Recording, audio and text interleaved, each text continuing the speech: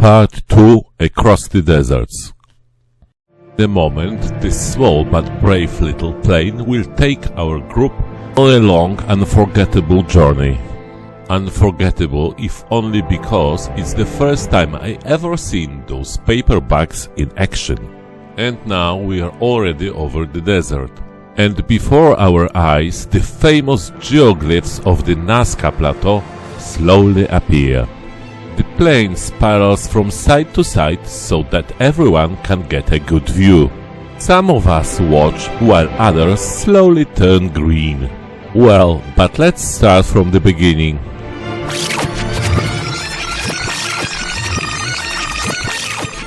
The end of October in Poland. It's rainy and dark. We escape into the skies.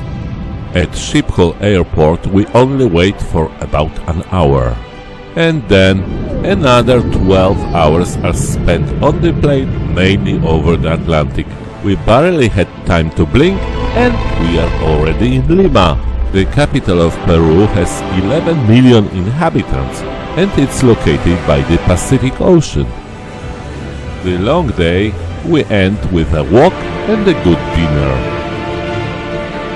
Our exploration of Lima begins with tasting local fruits, many of which we don't know. The district of Miraflores, where we are, is so-called good neighborhood, yet residents secure their homes with electric wire. In the center of the district lies a cat park. They say when mice infested the church, the priest brought in cats. Right by the ocean are the most expensive spots. It's really elegant, and what is easy to guess, only rich people can afford to live here. Despite being almost on the equator, it's often misty and the temperature is moderate. This is because of the cold Humboldt current. There are many surfers and paragliders. The district of Barranco nearby used to be a seaside resort connected to the city by a tram line. Over time, the capital absorbed it, and today it's an artist's district. It's the weekend and it's very lively with lots of young people. Peruvian society is an incredible mix and everyone is very friendly. Old church is overrun by crows. No, vultures. Well, that's a different fauna. We head towards the sea buying traditional churros on the way. By the sea is pleasant, there is a lot of movement and people are having fun. We go to see what they eat here. Fish and seafood are very important part of the diet here. Such richness is not present by the Baltic Sea. Everything is fresh, just pulled out of the water. We wouldn't even know how to name most of the merchandises. A fishing fleet is nearby. Also you can buy bait there. We climb a nearby hill to see the city panorama. It stretches along the horizon and the buildings are quite low. It's an exceptional active seismic zone. Lima has been repeatedly destroyed by earthquakes. On the slopes of the hill you can see many trails for downhill cyclists. Also, the slopes are occupied by poor districts. South America is a continent of contrasts. There is a bike wash. After all, we are in the desert now. Some time for cooking lessons. We make causa and ceviche. Excellent for parties. This knowledge will surely come in handy for us. Finally, we move to the historical center. Police in full combat gear is a constant element of the landscape. The entire old town has been included in the UNESCO World Heritage List. The wooden balconies are very nice, in the desert a symbol of wealth. The city was founded by the Spaniards in the early 16th century, of course on the site of earlier settlements. Some newer buildings are also quite interesting.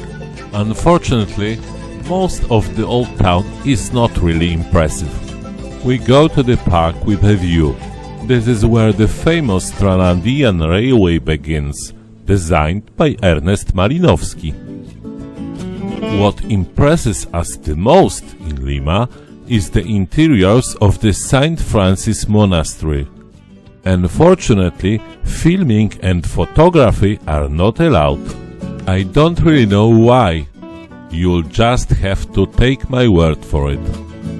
We finished the tour of the old town in the main square in front of the cathedral. It has been rebuilt many times, mainly due to earthquake damage. In the center of the square stands an old bronze fountain, a remnant from the time of the city's founding. In the evening we go for a walk. They have really cool customs here. These people spontaneously gather to dance. The next morning we report to the bus station. Customs here looks more like European airports. After checking in luggage, we embark on about 3 hours journey to the town of Paracas. We slowly leave the vast Lima. Generally, we move south along the ocean.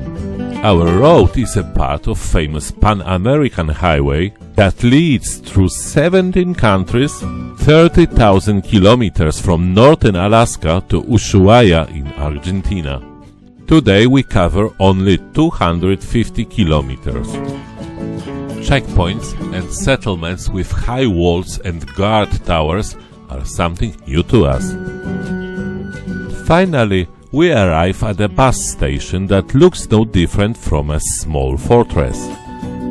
The double room in the seaside hotel is also equipped quite unusually. Paracas itself is a small resort, well, not particularly delightful. But the seafood is good. At the end of the day we attempt to swim in the Pacific Ocean. Oh my, it's disgusting! It's supposed to be an ocean, but the stinky mud reaches our knees. Save yourself if you can. Start the next day with a maritime excursion. We board a high-speed boat for this purpose. Already on the first buoy, we encounter a flock of sea lions. We will see quite a few of them today. A little further we reach the first geoglyph on our trip. It looks like kids playing in the sand, but it's 180 meters long. It could have been created even 1800 years ago. The winds blow here in a way that this glyph does not disappear at all. We continue to the reserve on several islets. These are the Ballestas Islands. Some call it the Galapagos for the poor. In addition to sea lions, we can meet countless birds here. We can see gulls or albatrosses. There are also pelicans and penguins. In this case, Humboldt penguins. The ocean waves have eroded numerous abrasive notches and caves in the rocks. Ocean waves that have been attacking those steep shores for centuries create a fascinating spectacle. Of course, there is no shortage of other marine animals. Where there are many birds, there must also be a guano. Guano is an excellent fertilizer. In the past, it was a real wealth. The untouched deposits of bird droppings caused wars over guano here in the 19th century.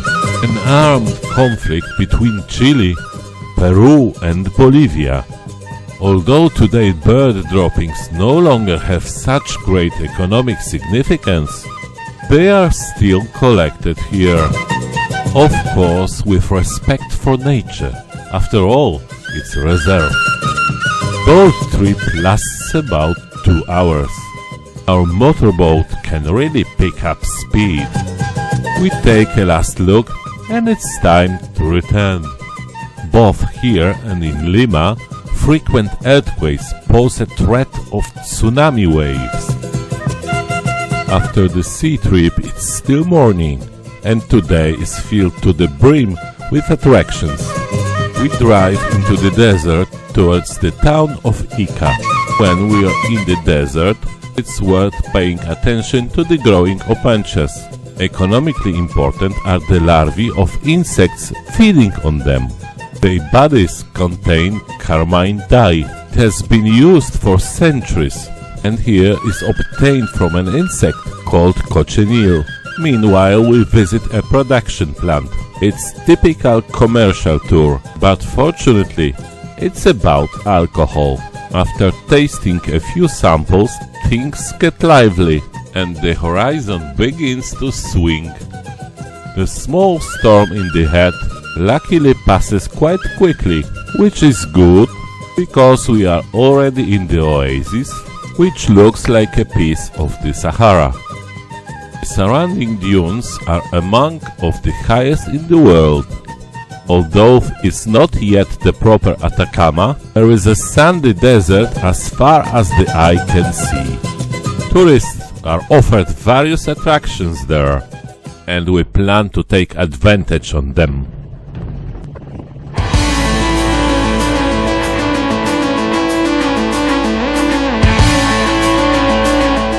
Desert Buggy is a small open off-road vehicle with wide wheels great on sand, and the ride is really cool.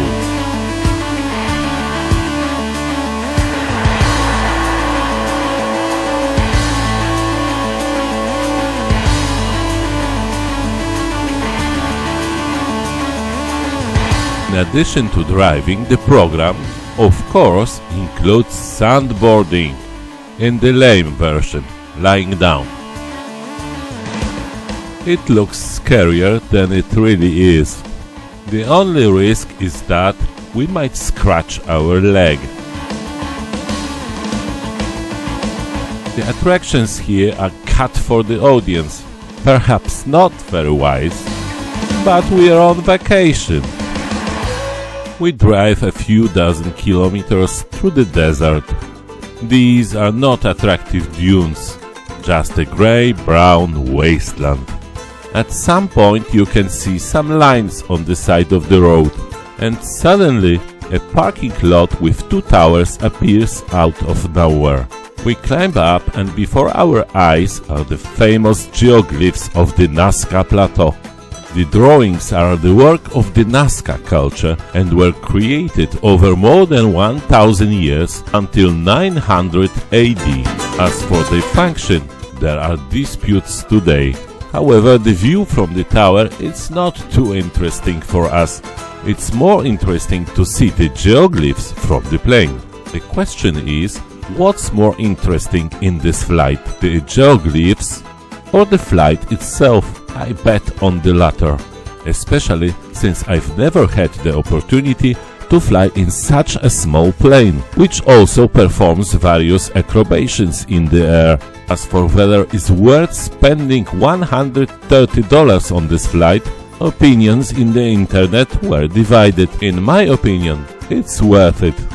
However, coming here specifically to climb the tower, stand there for 5 minutes and take 3 pictures, it's not the best idea, unless, of course, someone is an archaeology enthusiast. In the evening there is another attraction waiting for us.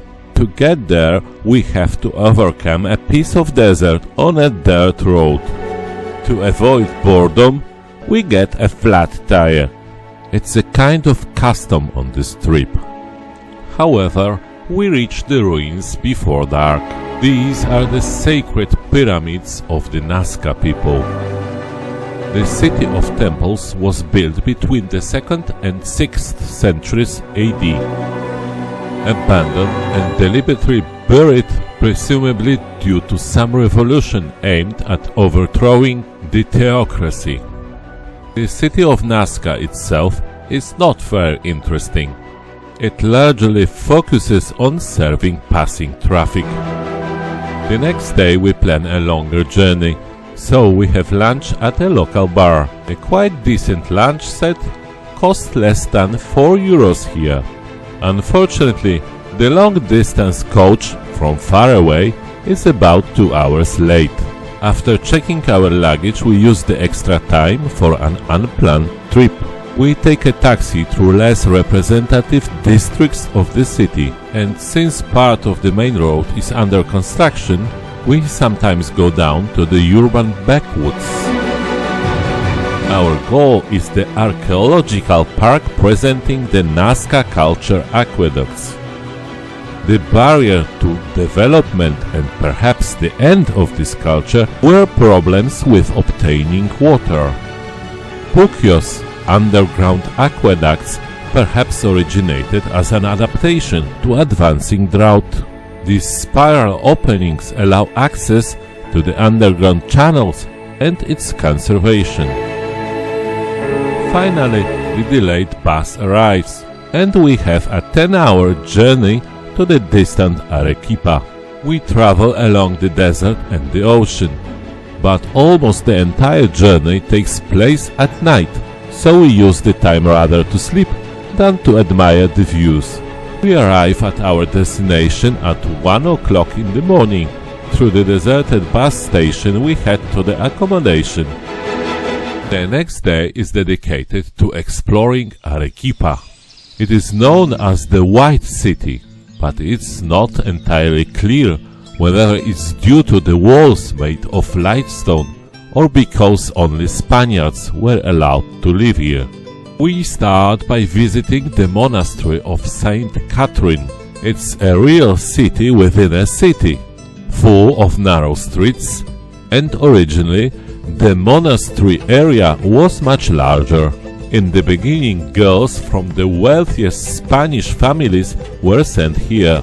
The living conditions were decent, but the monastery was in reality a prison for them. Of course, no one asked them if they wanted to come here. Over time, when admission to the monastery stopped being a transaction between noble families and the church, the rooms became more modest.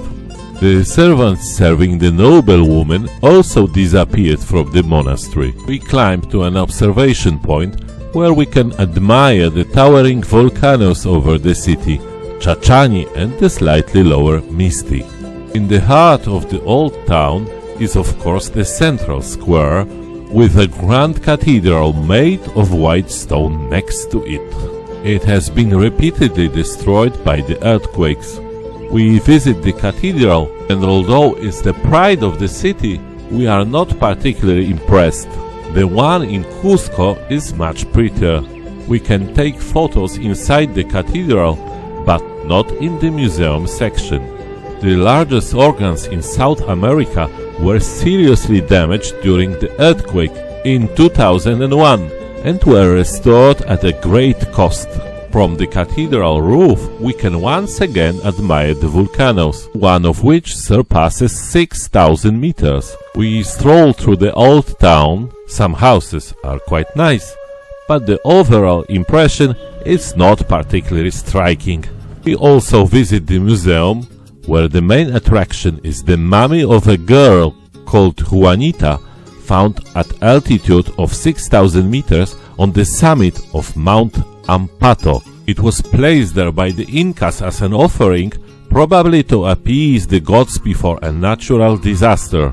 Our city tour ends in the evening, and before sleep we enjoy a drink on the market.